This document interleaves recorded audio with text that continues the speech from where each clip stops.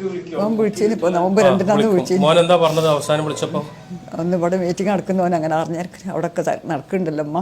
ഇത് കുറച്ച് മുന്നാണെങ്കിൽ എനിക്ക് നമ്മൾ കണ്ടുകൂടിയില്ലോ ഒന്ന്. പിന്നെ എനിക്ക് നിലയില്ല അവനോട് വർത്താനം പറയാൻ. എൻ്റെ കുട്ടീനൊന്ന് നാട്ടിലേക്ക് എത്തിച്ച് എനിക്ക് കാണാനൊന്ന് വിധി കൂട്ടി തരും. മക്കളെല്ലാവരും പാടെ കൂടിയിട്ട് കണക്കില്ലാത്ത പൈസ ചോദിക്കുന്നത് കൊടുക്കാൻ എല്ലാവരും അള്ളാഹു തരട്ടെ.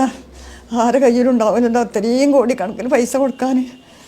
അവർക്ക് ചോദിക്കുന്നത് ആൻ കിടത്താൻ അള്ളാഹു ഇറക്കി കൊടുക്കുക. എന്നിട്ട് എൻ്റെ കുട്ടീനൊന്ന് എൻ്റെ അടുത്ത് ഇറക്കി കൊണ്ടുറമ്പേ, കുട്ടീനൊന്ന് കാട്ടിക്കൊണ്ടുറമ്പേ, എൻ്റെ കുട്ടീനെ കണ്ണടയാൻ അള്ളാഹു ഈ വിധി കൂട്ടിക്കൊണ്ട് അത്രയും കാലം ഞാൻ സഹിച്ചില്ലേ.